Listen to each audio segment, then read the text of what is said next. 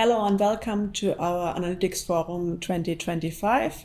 First, I would like to introduce our guest speaker today, Christoph Greiwe from Thalia. He's from the BI and Analytics team, and we are working closely in this project. And with this, I will hand over directly to him for the first words. Yeah, thank you, Claudia. Yes, I'm Christoph. I'm responsible for the SAP Analytics Cloud at Thalia. And I would like to introduce you to the agenda. So the first is that I will give you a brief introduction for what is Thalia. Then we will go to the challenges and goals. Then the digital transformation, the implementation phase and the results. And at the end, I will give you a short outlook. Yeah, what is Thalia? Thalia is a bookseller for e-commerce and for local stores, so to say, and we gained 1.9 billion euros in the last fiscal year in the DACH region, and in Germany 1.4. We have a market share of 28% in the store business in Germany, and overall in Germany 25. 6,800 employees are working for Thalia, and this in more than 500 stores.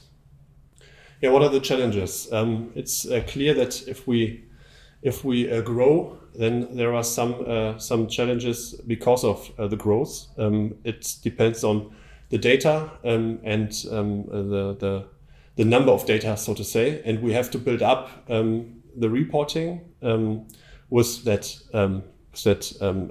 massive data. So that if we are growing, we have to handle more data, and then we are also responsible with the reporting and with the decisions that are based on that data that we grow. So this is a circle at the end. We have a lot of people that are working for Thalia. So, and this means that are a lot of user groups, and this means that we have a lot of individual people, and we have to build up something like a guideline, but we also have to make sure that the people can use the self-service at SAC, and that we are a bit individually, and that at the end also the performance is good enough. Our colleagues like to have a real-time information. So this is also sometimes a challenge, that we are really real time. So not even an hour in between, and we have a lot of data in different data silos. So this is what we have to handle, and what we have to combine in different reporting or different stories in the SAC. And at the end, we have to ask the business departments to provide us with semantic descriptions at the very beginning, of course. Yeah, to be data driven also for the small decisions, from the small daily decisions, we have to be data driven also in the point of sale, so in the bookstores, and this means that we build up a control tool for the stores, for the employees in the stores, to bring transparency to the bookstores. This means that we have different subjects like sales, like inventory, performance, and so on. And we build it up in a 3-level concept, so that we have a landing page. It's a starting point with each topic, of course, but each topic just a small. For example, the net sales in the sales topic, just the inventory, just the number of stocks or whatsoever. So really just one shot, let's say, to build that up in the landing page. And then below we have topic-based dashboards. This means that we have a sales dashboard, an inventory dashboard, performance dashboard, omnichannel dashboard, where we have additional indicators, additional numbers, and also a lower level of detail. So hierarchy level 2, hierarchy level 3, for example, in the product hierarchy, for example. This is what we build up in the individual dashboards. And then to be able to analyze really deeply and also to gain help lists, for example, for the employees in the stores. We have the third level. This means that we have really also stories in the SAC with predefined lists or tables, but we have also, we also use the data analyzer to, for the people to be really individually and to really deep dive into the data. The target group is clear. It's the store manager and the deputies, and this means that we have with 500 stores, round about 1,050 users at the moment, and the target is also a daily use. So this is the actuality, and now I talk about the review, what we did so far. This is the chapter 1. The chapter 1 was driven by a daily reporting out of the controlling department. This is what we transferred to the SAC. So it's a PDF document built in Excel, and now it's a story in the SAC. On the one hand side for the desktop version, and on the other hand side a mobile version via the SAC app. The mobile version, it's clear it's more used from the C-level at Thalia. It's more for getting a first glance to see the development of the high level view. So different dimensions like the store dimension or the product dimension to really have it on a higher level. And this is often the starting point of the communication to the colleagues from sales department or from the product management, starting then on the C level to ask for development, and then it's getting lower and lower in the details. And then on the other hand side, we have the desktop version. This is more than used by all other employees, let's say, so not the C level, but all others, because then they are really able to deep dive into the data. Then we use also the data analyzer. We use the report interface that is offered by SAP BW and SAC, and this really offers us a deep dive, and then also smaller decisions that is driving our growth. And then I would like to hand over to Claudia again, because Claudia is then talking more about the details and about the technique behind. Thank you, Christoph. So why did we start the project? So the reporting was developed in BusinessObjects Lumira, and as you can see on top on the timeline, it's clear that BusinessObjects is going out of maintenance sooner or later. So it's depending on which version you are using, but it's pretty obvious that you have to think about where to go to. And so the strategy from SAP is clearly to use SAC, and that's why we started this project. And we started to develop as much as possible dashboards with a self-service.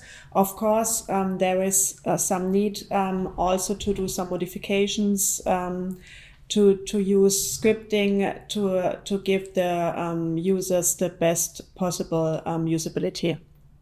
So what are the benefits of SAC for customers? So it's platform independent. You can simply use it with a regular browser. Then if you make it right, you have a good loading speed. But that's something you really have to take care of. So the most important part here is to set up your backend system probably.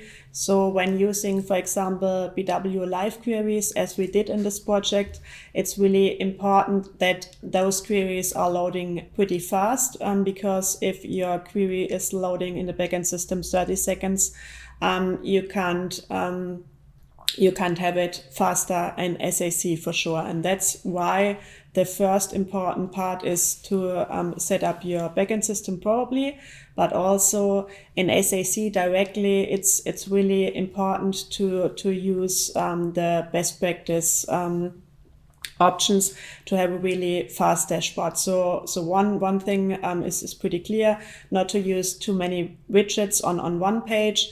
Don't use so many pages in a dashboard. So build pretty not so loaded dashboards and jump from one dashboard to the other. And also when to load the different widgets is pretty much important. Also building up complex formulas like date difference formulas are pretty performance heavy, and so you should try to build as much as possible directly in the backend system. The next point is pretty obvious in my opinion. So SAC for an end user is pretty intuitive. So the filtering, the bookmarking, it's more or less self-explaining, and also setting up easy reports with self-service is possible for a business user. So of course, sometimes it needs a little bit of training, but once you have done your first stories, it's getting more and more easy, especially if you are using no coding. So you can start with no code and then add additional coding in the end, which you can then later on reuse. So that's always a good idea to start with one template and then reuse a lot of this scripting functionality, CSS, for all your other dashboards. Another important topic is data security. So if you are using a live connection, none of your data is really replicated in SAC, only the metadata is replicated, and so the data stays directly in the company. Of course, it's a cloud system, so you don't have to take care of any time-consuming updates. So it's automatically you're automatically getting new releases. The only thing you then have to take care of is to check your reports if everything is working properly. That could be a problem when the release is automatically installed. You have also a good integration into your existing system, so you can use a lot of SAP connections like BW, DataSphere, SuccessFactors, IBP, and also non-SAP data sources like Dropbox, SharePoint, Excel flat files, and so on, both import and live models. And as I already mentioned, you can reuse a lot of your scripts and composites for your stories. So here are the implementation phases and results. So we are starting with the project approach.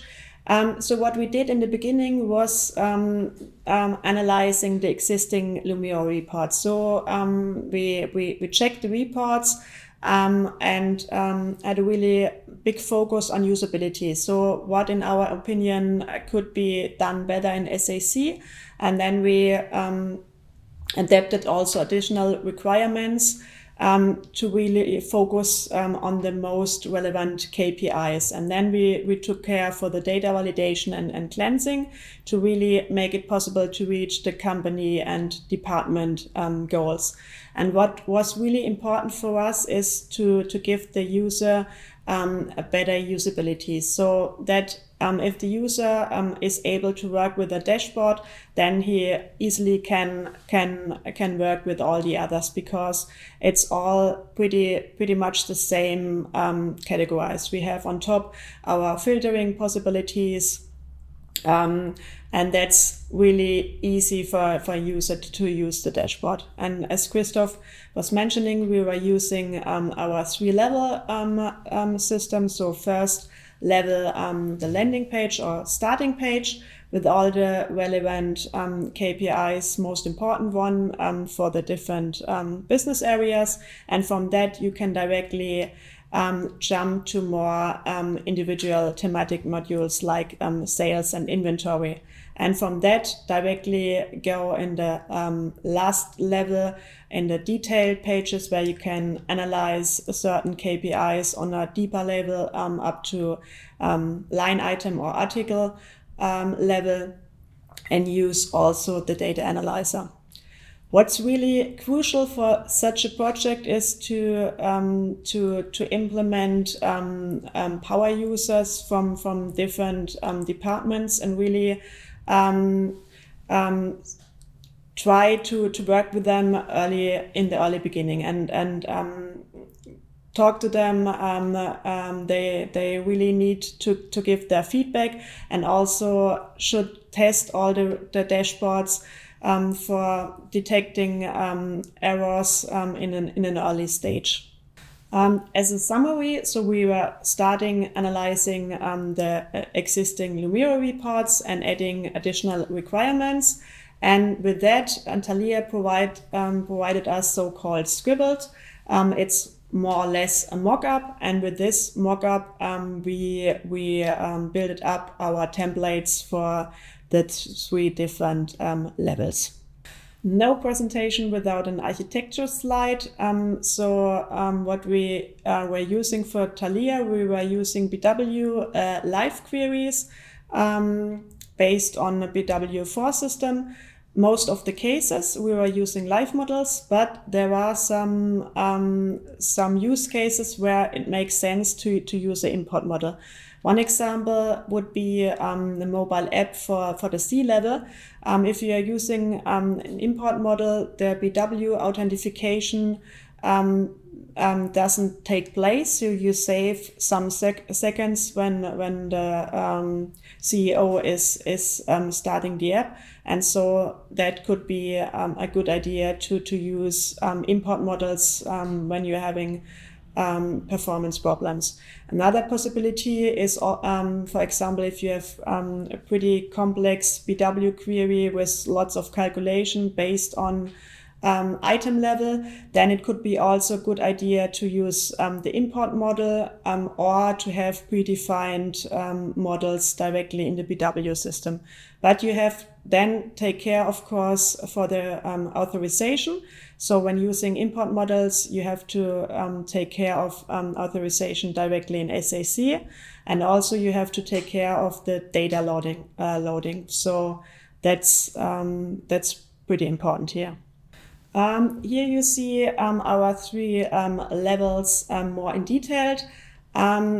As we already explained, we try to stick in level 3 more or less on standard. So we don't use their predefined KPIs for filtering the data for different times. For example, in level 1 and 2, we had predefined buttons for actual year, current day, last week. And then when clicking on that, all the widgets were automatically filtered. That we didn't provide in level 3. So in level 3, it's just a regular filter. We did this for maintenance reasons. So you can think about if you have 30 to up to 50 reports and you have to change something, and then it's just pretty time consuming. So what we also did not implement was the filtering from one dashboard. If you have filtered, for example, for special manufacturer, then you could also filter the dashboard in level 3 for that, but we didn't provide this. First of all, out of performance reasons, so because all of the filtering has to be loaded in the beginning. And the other part would be, so if you add or remove filters, you have to go in every dashboards and edit or remove it. And of course, when you have a lot of dashboards, then that's pretty time consuming. On the right, you see a picture of our navigation composite. So the user can jump directly in every dashboards to all the other reports. here some examples for self-service. So what self-service? Of course, as a starting point, you can use all the drag and drop functionality. You have the import fields for filtering. And you can have easy KPI input controls and dimension input controls. So for changing, for example, one KPI actual year through plan year, for example, you can use the standard functionality. And you can also jump from directly to the data analyzer and use also the report-to-report interface. What's the report-to-report interface? It's a BW functionality that you can set up another queries which can be used by the user to get more insights in this data. So for example, you have a special business area and want to provide a user additional queries, you can use this with RAE. And what's modification? So modification, we have the dynamic text, so changing text depending on SAC or query variables. We could provide thresholds and variances. And what I already mentioned, the time-dependent analysis, so the button on top for day, week, and year. And if you want to have more dynamic event handling, for example, if you want to change more than one KPI in a moment, then you have to use also scripting. And also the usage of composite is scripting. So you define your navigation composite in one place, and any changes you do directly in the composite, and all the dashboards are referring to that and don't need to be adapted. And what we also implement is that the system is detecting of which country a user is. So if the colleagues from Switzerland log in, then all the widgets are shown in Swiss francs and not in euro. And here the implementation phases and results. So we were starting with the requirements analysis and built on top a detailed concept.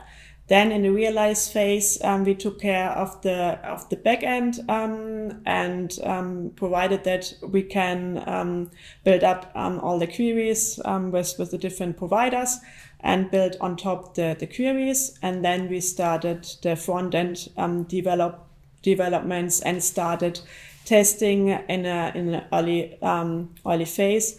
And so we had a really good go live without any problems. So here are some highlights. At Thalia we used a lot of functionalities in SAC. So we were using also the SAC catalog. It's more or less grouping different dashboards. So you can have text for different business areas and can provide a nice picture so that the user knows exactly what's behind a certain dashboards. Then, as already mentioned, we have the pre-calculated time intervals. We have really the analysis down to the article level. We had provided bookmark possibilities, and also we're setting this as a default that the dashboard is directly opened in the bookmark state. We were using composites for navigation, and we built up this in a 3-level system.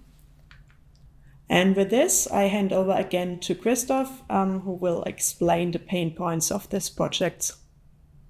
Yeah, thanks, Claudia. Yeah, Claudia talked about the highlights. I have to talk about the pain points now. But I think each and every project has some pain points. And in our case, it's, of course, the consistent presentation of dimensions and figures. Because of that, we also have to introduce also the different departments to define them.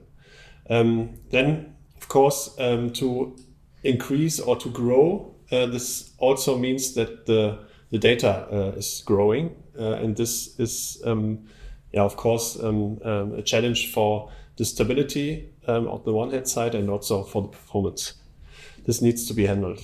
Then we have the need or the demand of building up real-time data. This is also sometimes the pain point. So semantic descriptions, this is what the business departments have to deliver, and also in the early phase of a project. Then we have also sometimes, or not just sometimes, but mostly new requirements that comes often out of the reporting that we build up. And then we have also the question if we build up new reporting, or if we build up the new requirements in the old stories. This has sometimes to do with the performance and to not be too complex. And the last point is that we have a lot of data, a lot of items to handle, and this is conform with the second point here, to be really able to generate a good performance and stability. And now it's a brief outlook that I want to give you. We want to write also the chapter number 3 and also some additional ones in the future, but chapter 3 could be that we want to set up a supply chain reporting, because we at the moment are building up a new warehouse for Thalia, and in the same way we want to also refresh or set up a new reporting for the supply chain. The next could be a S4 migration, and also maybe planning via SAC. This is what I would like to do in the future, but this could then be chapter 4, chapter 5, chapter 6. We will see in the future. And this leads me to the end. Thank you for listening, and have a good day.